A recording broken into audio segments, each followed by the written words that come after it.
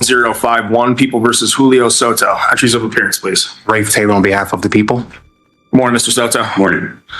We're scheduled this morning for appearance on bond. I believe this is Mr. Soto's first appearance before the court. Mr. Taylor. Your Honor, I have a Rule 5 advisement and mandatory protection order. The defendant was unwilling to sign. If I may approach. Yes, please. Thank you.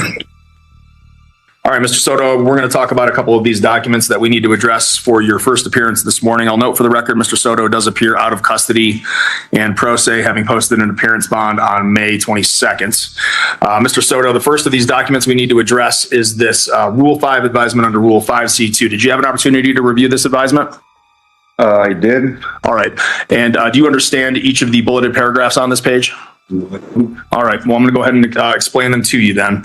So the following is an advisement of your rights. Please listen carefully as these rights will pertain to you in your case.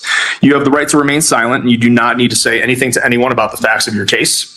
Any statement that you do make can and may be used against you unless it is something that you say to your own lawyer or a statement made to the district attorney while attempting to negotiate a plea agreement. You have a right to be represented by an attorney. If you cannot afford an attorney and you are considered indigent based on state guidelines, you may request that an attorney be appointed to represent you. If the public defender is appointed to represent you while you are in custody, which is obviously not the case here, then you are released from custody. You must then travel to the public defender's office and reapply if you wish to continue to have such representation. The district attorney represents the state of Colorado and does not represent you. The district attorney cannot give you legal advice.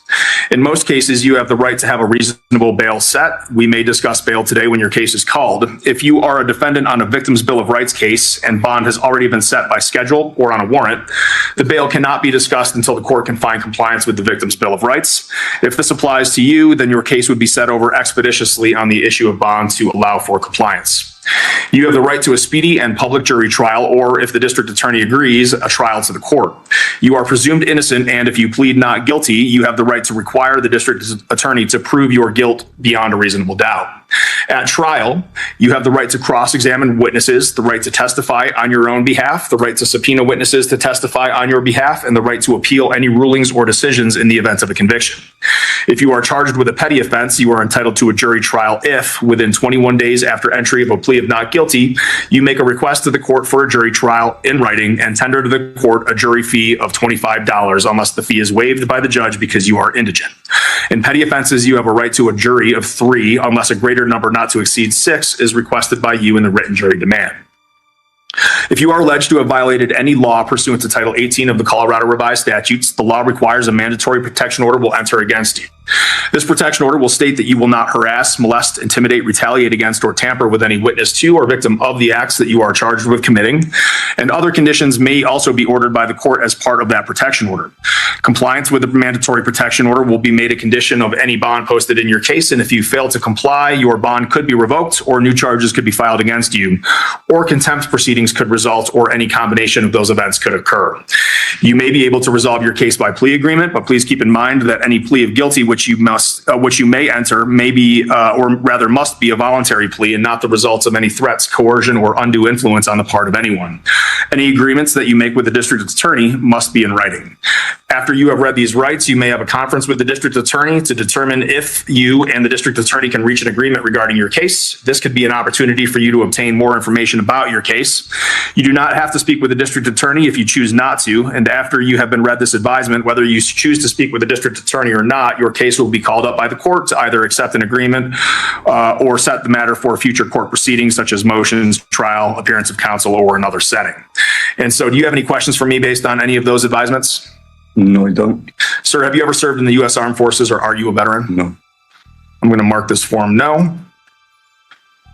And I'm going to stamp this as reviewed with and acknowledged by Mr. Soto on the record today. Hold on. Do you say if I have any questions? Yeah. So under the Sixth Amendment of the United States Constitution, it grants me the right to know the nature of the cause of the action you're bringing against me, and grants me the court to the duty to tell me. I don't understand the nature of the cause of this action which has been brought to me. So you're asking what the nature of the proceeding is? Yeah. We're going to get to that in just a moment when we talk about the charges that have been filed against you. In terms of your rights, do you have any other questions about those rights that I just read? Like I said, I don't understand What don't you understand? the nature of the charges that you bring Yeah, against me. we're going to discuss your charges in just a moment, but in terms of the advisement I just read to you, in terms of the rights we just discussed, do you have any questions about that? No questions on that? All right, I'm going to go ahead and stamp this as reviewed with and acknowledged by Mr. Soto on the record today. All right, the next order of business is the 4-count complaint and information. Sir, did you receive a copy of the 4-count complaint in this case? Has 4 charges on it? I did. Okay. And so you're asking about the nature of those charges? Is that the question? Yeah. Understood. So you're charged with 4 counts in this case. The top counts charged against you are, or the top count charged against you is a class 4 felony, assault in the 2nd degree. That particular offense carries a maximum penalty of between 2 and 8 years in the Department of Corrections, a maximum fine of $500,000 and 3 years of mandatory parole. And that count alleges that on or about November 16th of 2025, you, Mr. Soto, with intent to cause bodily injury to another person, unlawfully and feloniously caused bodily injury to Salvador Rodriguez Gonzalez by means of a deadly weapon, namely a firearm. And so that is count 1, and I misspoke. Count 1 is punishable by 5 to 16 years in the Department of Corrections with that same fine and mandatory period of parole. Count 2 is conspiracy to commit assault in the 2nd degree. That is a class 5 felony, and it alleges that on or about November 16th of 2025, you, Mr. Soto, with the intent to promote or facilitate the commission of the crime of assault in the 2nd degree, unlawfully and feloniously agreed with Transito Soto that one or more of you would engage in conduct which constituted that crime or an attempt to commit that crime, or agreed to aid the other person or persons in the planning or commission or attempted commission of that crime, and an overt act in pursuance of the conspiracy was committed by one or more of you. So that's count 2. Count 3 is felony menacing. That's a class 5 felony. It alleges that on that same date, November 16th, 2025, you, Mr. Soto, by any threat or physical action, unlawfully, feloniously, and knowingly placed or attempted to place Salvador Rodriguez Gonzalez in fear of imminent serious bodily injury by use of a firearm. Finally, count 4 is conspiracy to commit menacing. That's a class 6 felony, and it alleges that on or about November 16th, 2025, you, Mr. Soto, with the intent to promote or facilitate the commission of the crime of menacing, unlawfully and feloniously agreed with Transito Soto that one or more of you would engage in conduct which constituted that crime or an attempt to commit that crime, or you agreed to aid the other person or persons in the planning or commission or attempted commission of that crime, and an overt act in pursuance of the conspiracy was committed by one or more of you.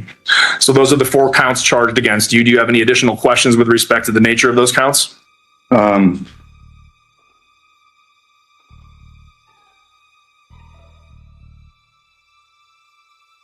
Is this going to be a civil or a criminal action? This is a criminal case. Criminal? So there's 2 criminal jurisdictions in this constitution. There's 3 jurisdictions. If it's a civil, you must immediately dismiss this case. We're not going to dismiss the case today, sir. Do you have any other questions?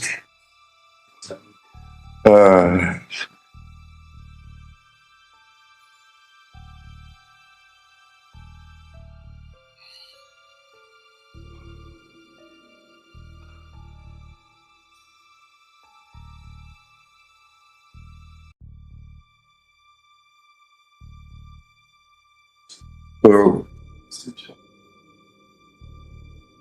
as yet, I move forward to dismissal for reason is because you are in the wrong court. I'm in the wrong court. They can bring the same case against me by the same judge. All right. If you believe there's some kind of defect with respect to jurisdiction, you're welcome to file a pleading. I don't perceive any defect this morning. You're charged with a crime that occurred or is alleged to have occurred in Arapahoe County. This is a criminal court in Arapahoe County, and so the court finds adequate jurisdiction. But if you believe there's a jurisdictional defect, you're welcome to file a pleading. Do you have any additional questions about the nature of those 4 counts that were charged against you? Okay, for the record, let the court show that the action in this criminal action, the conspiracy against the court to criminal jurisdiction to dismiss this case. To the extent you're moving to dismiss the case, that motion is denied. Do you have any questions about the 4 counts that I just described to you? At this point, no. Okay. This mandatory protection order will contain some things that you'll need to require with as or comply with as a condition of your bond. Do the people have any record or VRA record with respect to the protection order? We do not, Your Honor. Thank you. All right. And so, Mr. Soto, this order will name you as the restrained person. It will name Salvador Rodriguez Gonzalez as the protected person. The order does not involve a crime of domestic violence, but it does involve a Victims' Rights Act offense.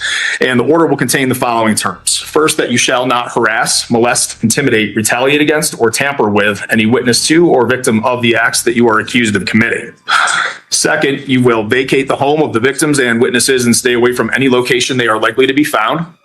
And third, you will not contact or have direct or indirect communication with the victims or witnesses.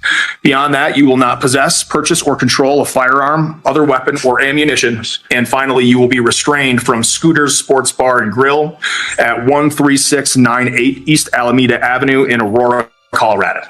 Do you understand each of the terms of this order? No, I don't. What do you understand? Like I said, I don't understand the,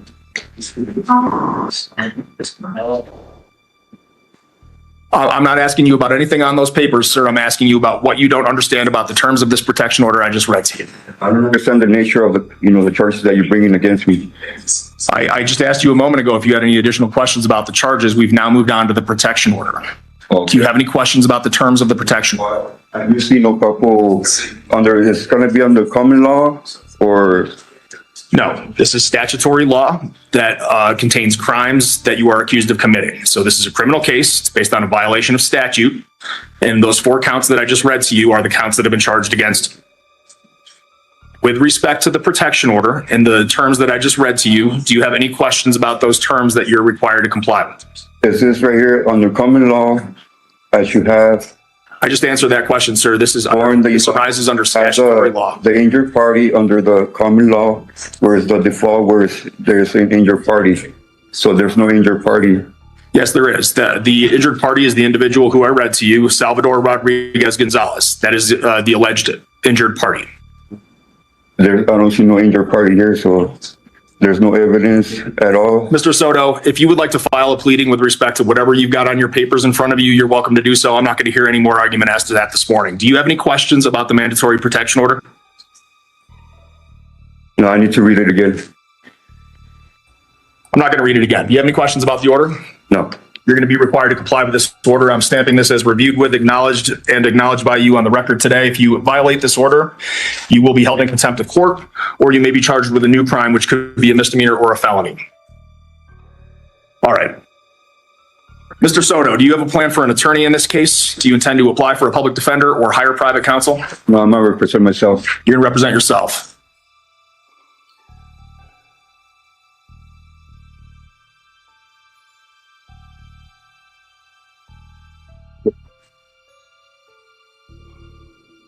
All right. Well, I'm going to provide you with the Arguello advisement, which is the advisement that must be provided to an individual when they have indicated that they wish to represent themselves in a case such as this.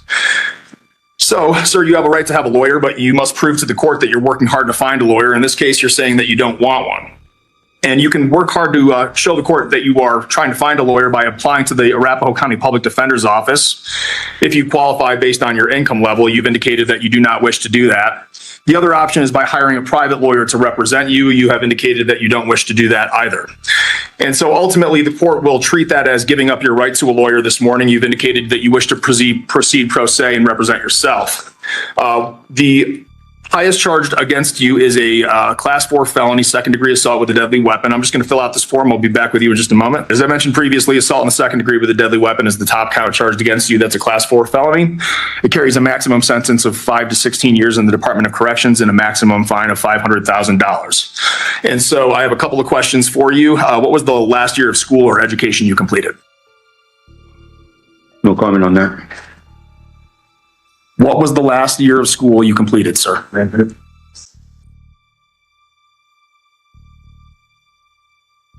Do you have any legal training? Legal what? Legal training?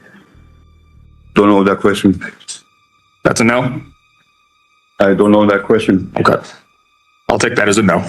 Do you understand that the criminal law is a complicated area and that having a lawyer trained in this field could be of great help in preparing and representing you in your defense? No. Can you repeat it? Do you understand that the criminal law is a complicated area and that having a lawyer trained in this field could be of great help in preparing and representing you in your defense? Yeah, I don't need one. Okay. I'm going to mark the form no. Finally, sir, you will go on to the next step of this case without a lawyer. You will take a serious risk that you will not present your case well, including risking your right to cross-examine witnesses and address those witnesses against you, risking your right to have someone testify for you, even if they do not want to by way of a subpoena, and risking your right to remain silent since anything you say can be used against you. And so ultimately, with respect to your decision to represent yourself this morning, are you under the influence of any drug, alcohol, or medication that's affecting your decision? No. All right, Mr. Taylor, what I'm going to do is ask you to approach, and Mr. Soto, I'm going to have you sign this document that you have decided to proceed pro se. Your Honor, if I may approach? Yes, please. Thank you. All right, and apart from setting this matter for preliminary hearing, are there any other issues from the people this morning? No, Your Honor. Thank you. All right, let's go ahead and set for a preliminary hearing from the people. Are there any dates you'd like to propose? All right, June 25th, 1:30 p.m. for a preliminary hearing. Mr. Soto, we will print you off a setting slip that'll have that next hearing date on it, June 25th at 1:30 p.m. And we will see you back here then. Your bond will be continued through the preliminary hearing date. Have a good day, sir. As well. Ready up, Mr. Madrid's case?